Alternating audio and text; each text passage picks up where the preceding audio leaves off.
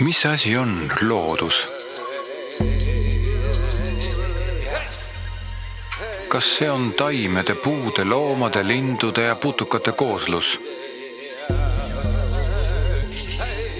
Või on see planeet Maa, mille koorel on soodus kasvupinnas? Või hoopis kõik kokku?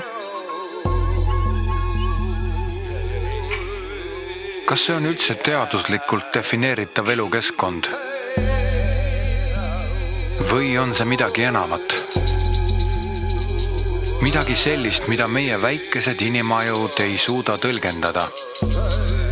Küll aga tunnevad, sest oleme looduse osa.